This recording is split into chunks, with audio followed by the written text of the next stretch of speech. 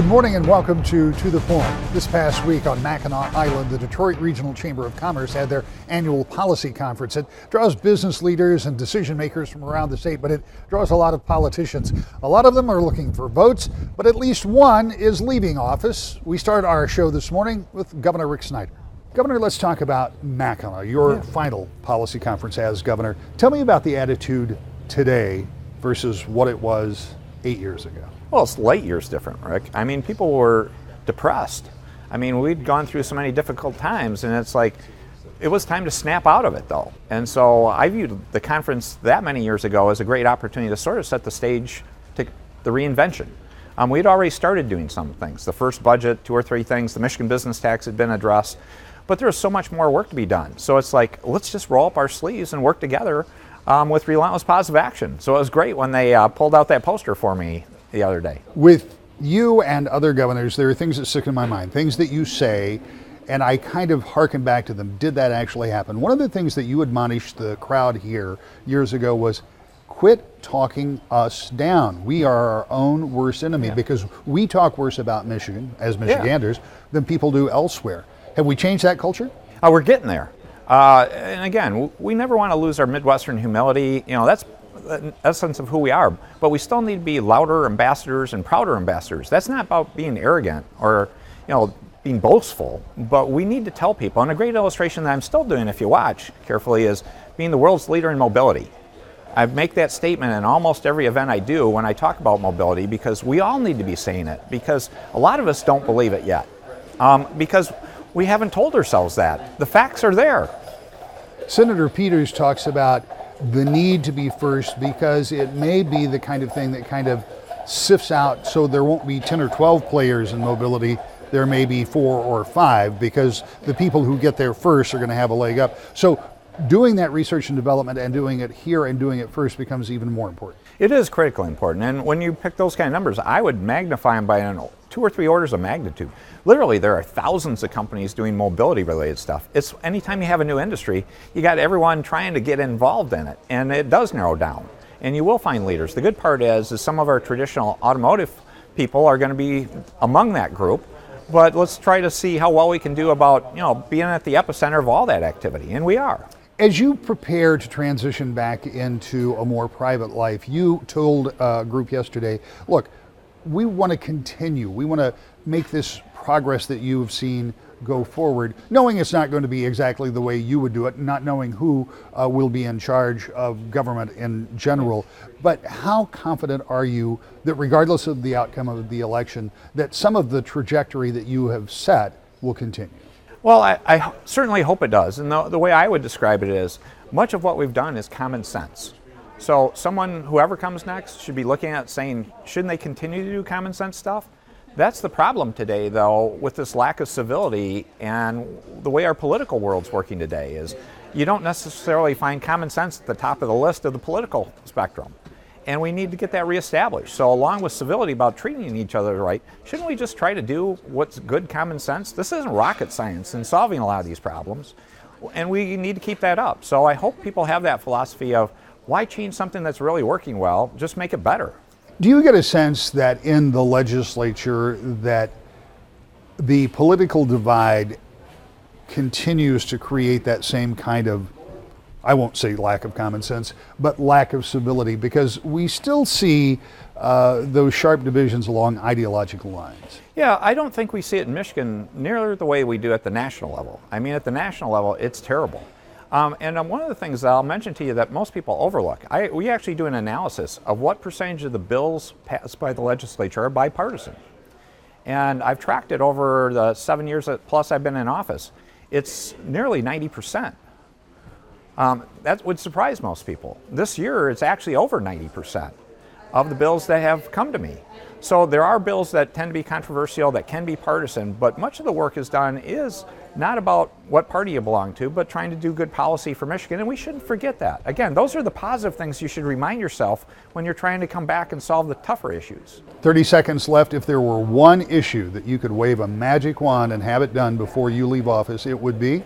Well, the Marshall Plan's happening, but this whole talent question, if we could help fill as many of those 800,000 great well-paying jobs that we see out there in the future in these new fields coming, that would be awesome for Michigan's future. Also on the island this past week, United States Senator Gary Peters. We talked to him about some very serious issues that are just off the shore here on Mackinac. Senator, let's talk about mobility. It's one of your favorite subjects and one that is becoming more and more topical. You talked about this in a way that makes me think that sooner rather than later, and that has not been my anticipation. It is. It's moving a whole lot quicker than I think most people realize. You're seeing these cars out on the road now, and some of them running in fully autonomous, fully self-driving mode. We've got General Motors that's actually working on a production line and starting to produce these self-driving cars on a production line. So I think it'll happen a lot quicker than people realize. It may take a while to have a critical mass out there. That's going to take a few years, but they will become a fairly common sight, particularly in our major cities, probably within the next year or two.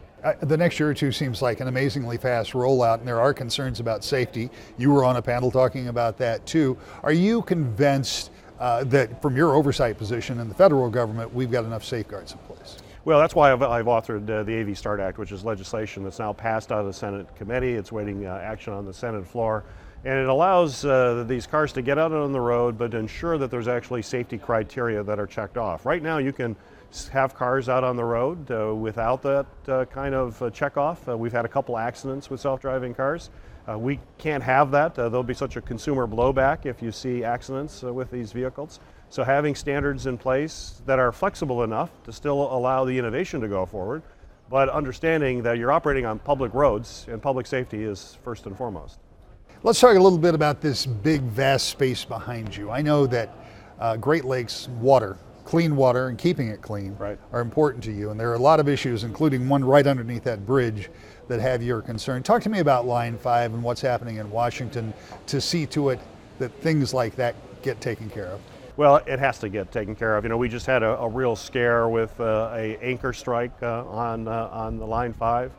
We weren't sure exactly the extent of that damage for far too long. It took almost 2 weeks to get an underwater submersible to take a look at the damage. And when they saw the damage, it was actually worse than they had anticipated. And that could have been absolutely catastrophic. So this is something that has to be dealt with. You know, I hope that eventually we just shut it down. A pipeline going through this body of water, which has been determined as the absolute worst place for an oil spill anywhere in the entire Great Lakes Basin. University of Michigan study showed how quickly oil would spread throughout the straits here. And here we sit at one of our premier tourist attractions in the state of Michigan. You can just imagine what would happen if there was an oil spill here. It's an unacceptable risk.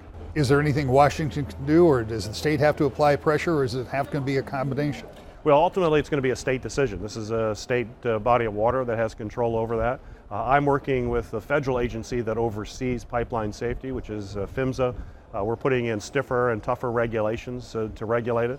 You know, I was pleased in our last PHMSA reauthorization that I was actually able to get an amendment adopted that now puts the entire Great Lakes Basin as what is called a high consequence area, which means they're subjected to the most stringent federal oversight. So we're doing everything we can to make pipelines safer, not just here in the Straits of Mackinac, but this Line 5, of course, runs across an awful lot of the state of Michigan, including all across the Upper Peninsula here that has a lot of tributaries into the lake. Very sensitive ecological area. So we've got to be on it and making sure that we have very strict oversight. Got 30 seconds left. You've been here at the conference for most of the day. Give me your take about the attitude of people in there. Well, I think it's upbeat. People are very upbeat about where the economy is going. There's some exciting topics, particularly related to mobility and innovation. And so I've been certainly been encouraged by what I've been hearing. Representative Dan Kildee was here too, talking about the atmosphere in Washington and what he thinks the president may be getting, at least partially, right. Let's talk a little bit about this conference. You've been coming to this for years, and I know that the attitude has kind of ebbed and flowed, and there seems to be some optimism, albeit cautious optimism, because we've got a big election coming up in this state, and there's going to be a lot of change no matter what happens. What are your takeaways from here? Well, I think there is some optimism. Obviously, the economy is doing well. We're benefiting from the fact that the American auto industry is on its feet again and producing great vehicles. That's having an impact on Michigan's economy. But I think there's some trepidation because we still have some areas of our state that are being left behind. And I think about my hometown, but it's not just Flint. It's Saginaw, it's it's Pontiac, it's Benton Harbor. There are pockets of our state that have not been able to participate in the economic growth. And so I think the challenge is, how do we bring them along? What are the investments that we need to make? And is there the will to actually do those things? And those are some of the unanswered questions from even this conference. Part of that answer could come in the form of infrastructure that could be spurred from the federal level. And while that seems unsettled, there is still that opportunity to do things. Do you think, given the continued unsettled nature of Washington, that a really significant kind of infrastructure program, even if it's not exactly what you would like, is possible to get done? I think it's possible. I think this year is going to be tough. The closer we get to the election, the harder it is for us to actually get things done. And, frankly, we won't be in session as much. So it's disappointing. The president did put an infrastructure plan on the table, but it did not get much support on either side of the aisle. I think it was a plan in name only. Hopefully, at the beginning of next year at the latest, maybe before then, we'll be able to get serious about this. The thing about infrastructure is that we end up paying for it one way or the other. We're paying for the lack of 21st century infrastructure with decreased outputs, with high costs to American businesses who can't navigate the infrastructure system to get their products to market. This is something we pay for one way or the other, and we better get it right, or we're going to see a decreased American presence in the global economy, and that's not good for anyone. Let's talk about the global economy a little bit. The president has been using what we believe are his negotiating tactics to deal with any number of countries, from South Korea to North Korea to China. He has talked about tariffs, talked about taking them off the table, talked about putting them back on the table. What does it look like when you think of negotiating deals with other countries, trade deals, and how concerned are you that a trade war could develop? People talk, those don't happen instantly, but how concerned are you about it? I'm concerned, and I think the president is sending mixed signals when it comes to both the national security negotiations that are taking place and this issue of trade. But he's not fundamentally wrong in terms of the approach that he's taking on these issues. I think he is correct to take on China when it comes to their dumping of cheap steel into the market. That's having an impact on the global economy and a disproportionate impact on American manufacturers. I would have preferred that he deal with China through assembling a multilateral approach, get our allies together to go after China, rather than go after our allies, which is what he has done, imposing tariffs on Canada, on Mexico, on our European partners, does not help us in dealing with China. So he's sort of on the right page, but I don't think he's approaching this in the right way. The same could be said of his efforts in North Korea. I applaud him for initiating negotiation with Kim Jong-un. I think that's the right thing to do. But you have to have, when you're arranging a summit, you better know what you're doing when you're putting a summit together. And you can't just pick a date and pick a place and say, hey, Kim, let's just meet and see if we can work this out. This is serious business. This is the global global security at stake. Most summits, almost all summits that are planned, are well pre-planned in advance. And then the leaders culminate in a meeting where the hands are shaken and the deal is signed. This president is not negotiating a real estate lease. This is the security of our nation and the security of the planet. He needs to take it a little more seriously. Finally, give me your take on Washington as it is today. There are 40 plus of your colleagues across the aisle that have said, no thanks, had enough, staying at home.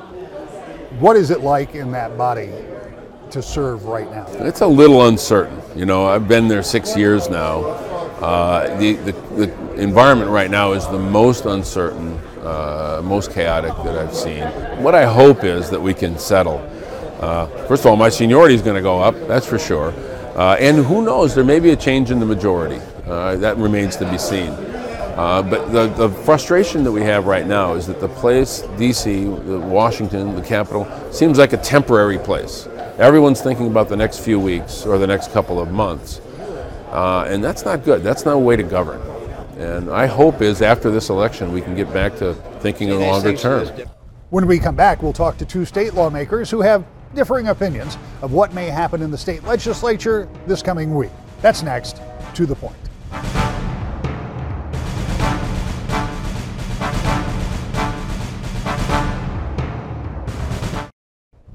Welcome back to the Point. On Mackinac Island this past week, we talked with Speaker of the House Tom Leonard about what he expected to happen with a very important piece of legislation, or at least an initiative petition, this coming week.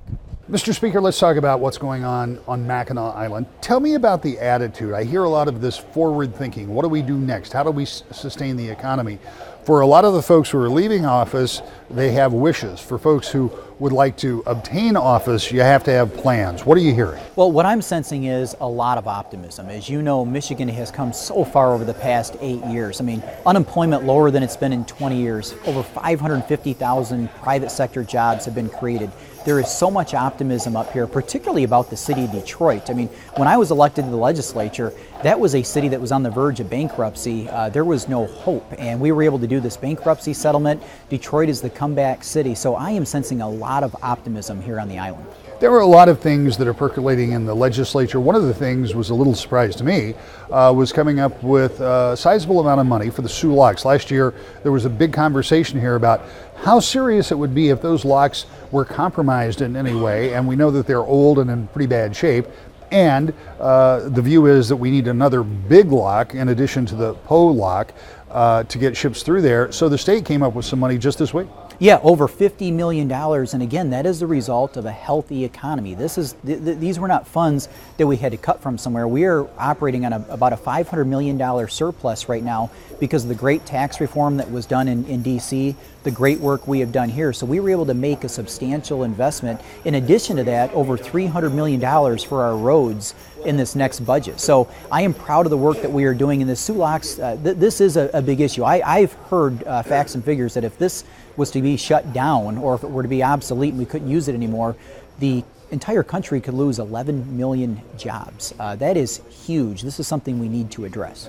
Now, of course, there'll have to be a lot of federal money, up to $1 billion, Yes. But this is kind of the beginning, kind of the seed money. Yes, this is certainly a national issue. It's a national security issue, but we wanted to make certain that here in the state of Michigan, we were doing our part to get the money that we needed to help get this done. When you look at what's going on in the legislature, what are some of the big things besides the budget that I presume you guys will get to in the next week or so? Yeah. What are some of the big things that you'd like to get done in this legislative season, understanding that you're scheduled to meet through about the 21st and then it's election fever? Yeah, well, first and foremost, get the budget done. I mean, we've got a lot of great things in this budget. We've got to get this wrapped up. We've got to get that extra money into our roads, but also this Medicaid welfare reform, this work requirement reform that we've been working on, that would essentially require able-bodied adults to work 20 hours per week or else go to school if they want to maintain their welfare benefits. This is big. This is huge for our state. It's huge for our taxpayers. We've got an agreement, and this is something we need to get wrapped up in the next 2 weeks. Is that a punitive measure? Because that's certainly what opponents say. Look, here you're punishing people. Absolutely not. This is about helping people. Welfare benefits ought to be a hand up. Not a handout, and that's exactly what we're trying to do here. We're trying to put them in a place where they can go, they can get educated, they can obtain a job. We've got a shortage right now of skilled trades here in the state. We've got tens of thousands of jobs that are available. We want to make certain that they get the training that they need to actually get and obtain those jobs. So this is about helping them, not hurting them. Clock is ticking on the initiative for marijuana on the ballot. If something isn't done by Tuesday, I'm not exactly sure what timestamp is on that, but if something's not done by Tuesday, ends up on the ballot. There are some folks in your party that would like to see it acted on by the legislature to keep it on the ballot. What's your take? Barring a miracle for them, this is not going to happen. I'm personally opposed, and quite frankly, there is not support in the caucus right now. Certainly, if they can muster the 55 votes, I will give them a vote. I'm Speaker of the House. I'm not dictator of the House, but I do not see there being support there, and I think this is something that ultimately the voters are going to have to decide. We also talked with Speaker Leonard's counterpart, the Democratic leader of the House, Representative Sam Singh. Representative, let's talk about what's going to happen this next week in the legislature. I ended up there with the Speaker, and he was almost definite about not bringing up the marijuana initiative petition. Has to be done by noon on Tuesday. The Senate posted for Monday, but they're not going to come in. It seems to me that is over. Well, we've said loud and clear as Democrats, people went out, they got petitions signed. It's really the time for the voters to make those decisions, whether it's on marijuana, prevailing wage. We think that's a decision in November that citizens should take a look at. Both of those, by the way, are likely to drive out voters who may have more liberal tendencies, at least for the marijuana. Could that help Democrats at the polls? Well, people keep saying that. I don't know if it does bring out a huge amount of turnout. I think right now Democrats are really enthusiastic about voting. There's a lot of frustration with the federal government, a lot of frustration here in Lansing, and so people definitely want to be coming out. So I don't know if it actually brings more people out, but it's definitely not an issue that will hurt Democrats come November.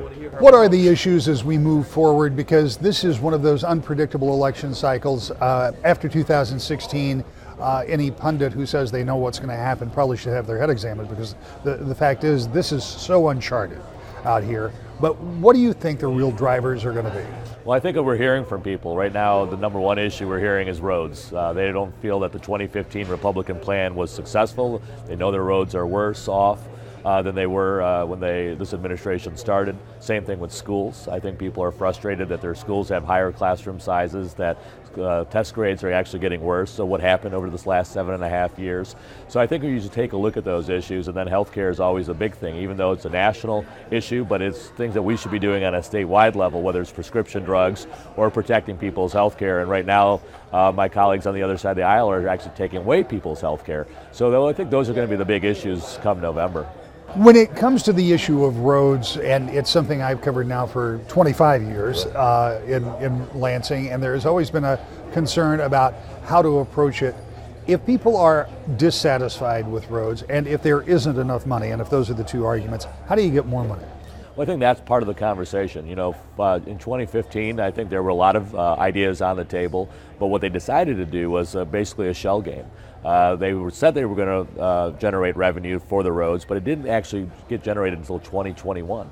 So everybody thought they were going to fix the roads, but actually it was a plan over 7 years to slowly raise revenue. It was actually the roads are getting worse. And so that's one of the reasons why Democrats walked away in 2015. I think what people want is us to all sit around the table, work out a hard decision, and make sure we're investing. It's not just roads, it's our water systems, it's our sewer systems. We've got higher lead levels in communities all across the state. We have PFAS, that is bad chemicals that are now seeping into our water systems across the state. If we don't look at this infrastructure, whether it's roads, bridges, or water, I think our state's going to be in a bad economic state come the future. So that's what we look at as we go into November.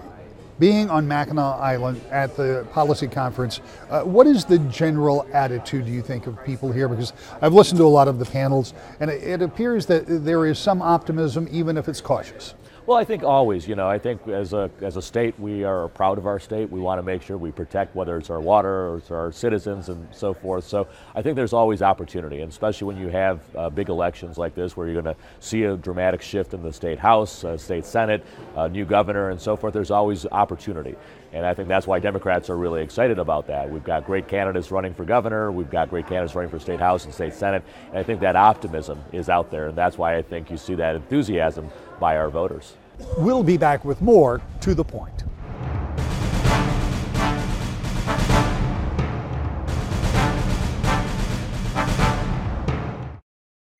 And so the Mackinac Policy Conference is in the books for another year.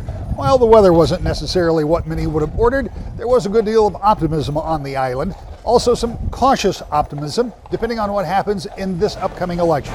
That's why we'll be covering that all week and every Sunday morning when you join us at 10 o'clock on Wood TV 8 for To the Point.